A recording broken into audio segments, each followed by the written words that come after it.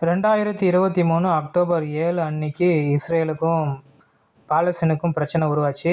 அந்த டைம் வந்து பார்த்தீங்கன்னா, அக்டோபர் 7 அன்னைக்கு அங்கே இருக்கக்கூடிய ஹமாஸ் வந்து இஸ்ரேல் நாட்டில் பூந்து அங்கே இருக்கக்கூடிய அங்கே ஒரு கன்சர்ட் நடந்துச்சு, ஒரு நிகழ்ச்சி நடந்துட்டு இருந்துச்சு. அங்கே இருக்கக்கூடிய மக்கள் எல்லாமே சில பேரை சுட்டு கொன்னாங்க, சில பேரை வந்து பணைய கைதிகளாக பிடித்து சென்றார்கள். இப்போ 2023 ஸ்டார்ட் ஆன அந்த வார் வந்து இப்போ 2025 வரைக்கும் தொடர்ந்து நடந்து கொண்டே இருக்கிறது. அக்டோபர் 7 2023 நடந்த ஹமாஸால் நடத்தப்பட்ட அந்த தாக்குதலை வந்து யாரும் ஜஸ்டிஃபை பண்ண போகிறதில்ல.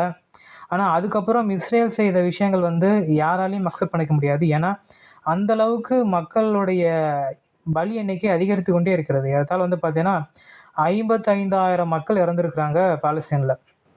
அதில் வந்து பார்த்தீங்கன்னா குறைஞ்சது ஒரு 19,000 குழந்தைங்க இறந்துருப்பாங்க.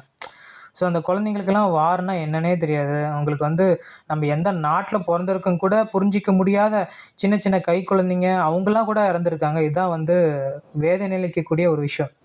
ஸோ இதில் நம்ம பார்க்குற இன்னொரு விஷயம் என்னென்னா, அதாவது அரப் கண்ட்ரிஸ் நிறையா பலம் வாய்ந்த நாடுகளாக இருக்காங்க. பட் அவங்களுக்குள்ள ஒரு ஒற்றுமை இல்லை. அவங்களால வந்து இஸ்ரேலை ஏன் வந்து அந்த போரை நிறுத்த வைக்கிறதுக்கு அவங்களால எந்த முயற்சி எடுக்க முடியலையா? அந்த கேள்வி தான் நமக்கு வருது.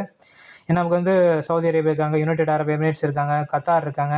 ஸோ வந்து ஒரு முஸ்லீம் கண்ட்ரிஸ் கூட அட்லீஸ்ட் ஒரு இன்டர்நேஷ்னல் லெவலில் ஒரு மிகப்பெரிய ப்ரெஷரை க்ரியேட் பண்ண அந்த வார் என்றைக்கும் நின்றுருக்கலாம். ஏன்னா அப்பாவி மக்கள் தான் இறந்துட்டு இருக்காங்க. இஸ்ரேலுக்கு வந்து மனசாட்சி இருந்திருந்தால் அவங்க இந்த மாதிரியான ஒரு கொடுமையான விஷயத்தை செய்வாங்களான்றது தான் எனக்கு ஆச்சரியமாக இருக்குது. ஏன்னா இப்போ இந்தியாவுக்கும் பாகிஸ்தானுக்கும் பிரச்சனைன்னு சொல்லும்போது, இப்போ இந்தியாவில் வந்து குண்டு வைத்தவர்கள், தீவிரவாதம் தாக்குதல் நடத்தியவர்கள் பாகிஸ்தானில் இருக்கிறாங்க. அதுக்குன்னு போய்ட்டு நம்ம அவங்கள போய் தாக்க முடியுமா?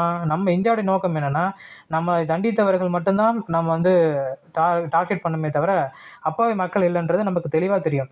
ஸோ அந்த மாதிரி இருக்கும்போது பாலஸ்தீனில் இருக்கக்கூடிய ஹமாஸை டார்கெட் பண்ணால் பரவாயில்ல. பட் ஹமாஸோடு சேர்ந்து பொதுமக்களையும் டார்கெட் பண்ணுறது எந்த விதத்துலையும் அக்செப்ட் பண்ணிக்கவே முடியாது. பட் இஸ்ரேல் செய்யக்கூடிய விஷயங்களும் வந்து நம்ம ஒருபோதுமே வந்து அதையும் நம்ம பார்க்காம இருக்க முடியாது. ஏன்னா அந்தளவுக்கு ஒரு மனிதாபிமானமற்ற முறையில் வந்து பார்த்திங்கன்னா அந்த மக்கள் நடத்தும்போது அந்த மக்கள் அவங்க கையில் ஆயுதத்தை எடுக்காமல் இப்போ என்ன பண்ணுவாங்க? ஸோ இவ்வளோ ஒரு அரப் கண்ட்ரிஸ், முஸ்லீம் கண்ட்ரிஸ் இருந்துமே பார்த்தீங்கன்னா இவங்களால் வந்து இஸ்ரேலை தடுக்க முடியல. அதுக்கு காரணம் அவங்கள்ட்ட இருக்கக்கூடிய அந்த வேற்றுமையை தான் பெருசாக பார்க்குறாங்க. ஏன்னா ஈரானுக்கும் சவுதி அரேபியாவுக்கும் ஆகாது. ஸோ இந்த மாதிரி சுச்சுவேஷனில் இவங்களுக்குள்ளேயே சண்டை போட்டிருந்தால் எப்படி வந்து இஸ்ரேலை வந்து இவங்களால் டேக்கிள் பண்ண முடியும்? ஸோ இதனால் வந்து பாதிக்கப்பட போகிறது என்னமோ 2 நாட்டில் இருக்கக்கூடிய அப்பாவி மக்கள் தான். அதுவும் எஸ்பெஷலி வந்து நான் கண்டிப்பாக சொன்னால் பாலஸ்தீன் மக்கள் தான் பாதிக்கப்படுறாங்க. இஸ்ரேல் மக்களுக்கு வந்து பார்த்தீங்கன்னா அவங்களுக்கு பாதுகாப்பு இருக்குது, இராணுவம் இருக்குது. ஆனால் பாலஸ்தீன் மக்களுக்கு என்ன இருக்குது? அதனால் வந்து இந்த மாதிரி விஷயங்களில் எல்லா நாடுகளும் ஒருமித்த கருத்தோடு இதை வந்து தடுக்க வேண்டும்.